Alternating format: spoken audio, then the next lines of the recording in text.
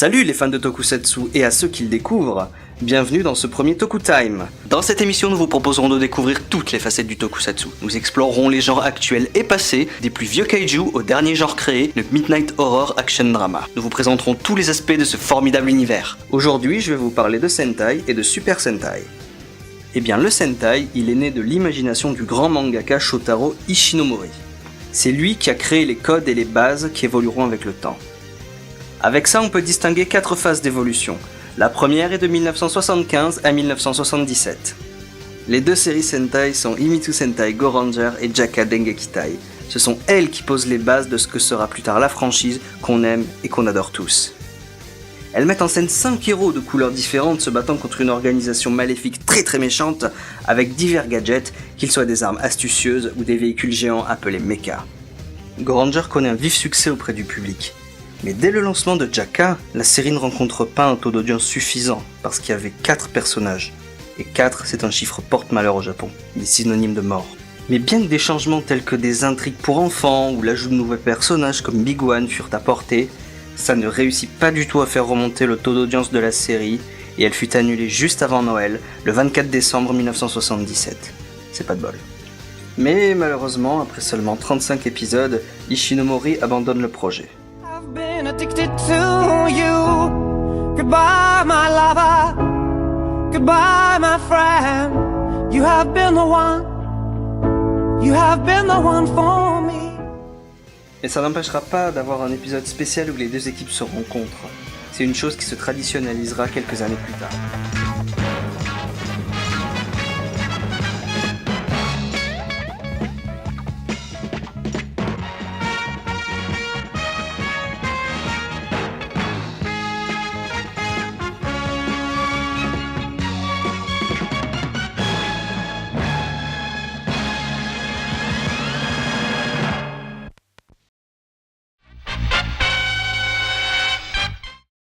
C'est là que Toei en profite pour faire une pause.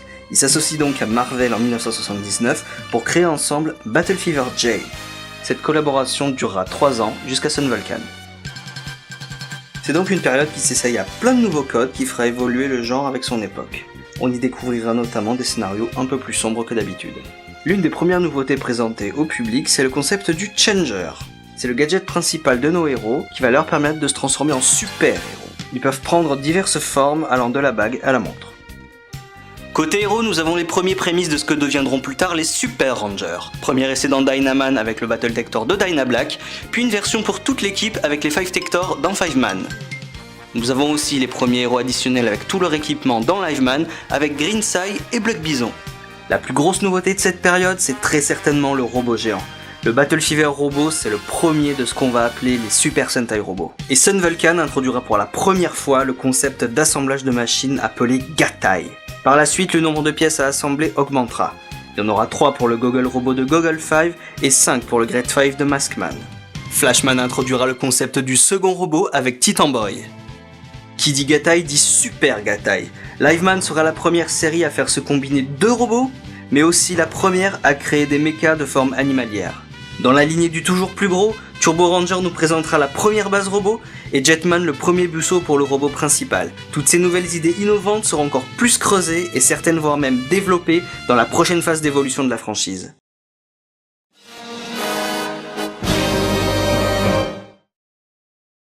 Au revoir la science et bonjour la magie. D'abord introduite brièvement dans Ikari Sentai Maskman, une nouvelle dimension mystique fait son apparition dans les productions. Zyuranger nous fait plonger dans un monde d'heroic fantasy où la magie et la mythologie sont omniprésentes. Autre tournant majeur, l'officialisation des héros supplémentaires réguliers.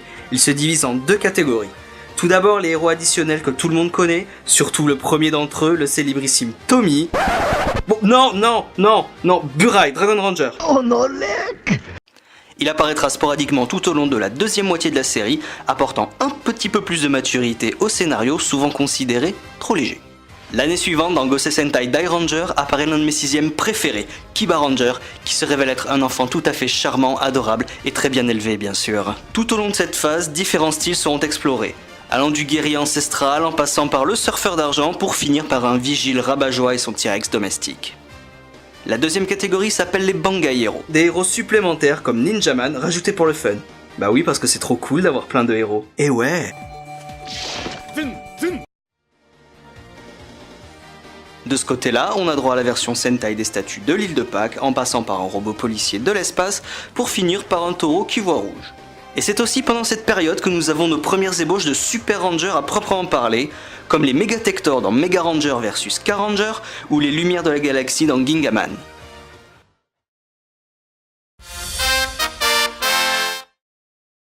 Et pour cette dernière phase d'évolution, explosion mercantile à partir de Gao Ranger pour promouvoir les séries. Plusieurs séries vont battre des records niveau collection, avec pour commencer au niveau du roleplay, 5 changers à collectionner dans Magi Ranger, une quarantaine de Tudenshi dans Kyoryuger. On alourdit la facture avec Goseiger et sa 60aine de cartes à collectionner, et le champion toute catégorie avec une collection qui n'est même pas encore finie depuis 5 ans, c'est Gokaiger avec plus de 300 clés à collectionner. Cartes ou piles à insérer, disques ou shuriken à faire tourner, les changers sont de plus en plus personnalisés et ont encore plus de fonctionnalités. On nous propose des objets complètement inédits tels qu'une balle de baseball, un sushi, un hamburger ou même un Rubik's Cube. On continue dans cette phase à battre des records avec les DX Super Sentai Robots, Gao Ranger et ses 23 mechas de base, une vingtaine de Recha dans Tokyuger, 18 véhicules dans Bokenger, 13 animaux dans Geki Ranger, et le Sentai de cette année n'est certainement pas prêt de ralentir la production avec déjà au moins 12 Duo Cubes à collectionner pour la moitié de la série. Au-delà du battage commercial, cette phase s'essaye à des Sentai autour de thèmes nouveaux tels que les trains, les anges, la magie, mais recycle aussi beaucoup d'anciens thèmes comme les ninjas, les dinosaures, les agents spéciales ou les animaux. Ce sont tous ces codes qui font du Super Sentai ce qu'il est aujourd'hui, une franchise sympa à regarder en famille sans prise de tête pour passer un bon moment et parfois même apprendre la vie aux enfants.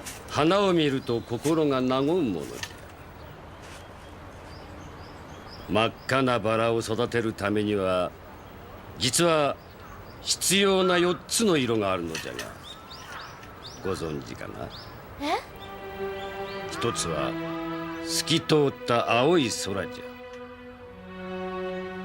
ゃ。もう一つはそこから降り注ぐ太陽の黄色い光じゃが日の光を浴びるだけでは赤いバラは育たん。三つ目はそれを見守る夜の穏やかな黒い空じゃ。最後の一つがバラを優しく包んでくれる白い腕じゃ。そうなんせ今日聞いてる暇と例えられると思うてな。Ce premier épisode de Tokutime est maintenant terminé, les sujets que je vous ai présentés seront développés dans de futures émissions.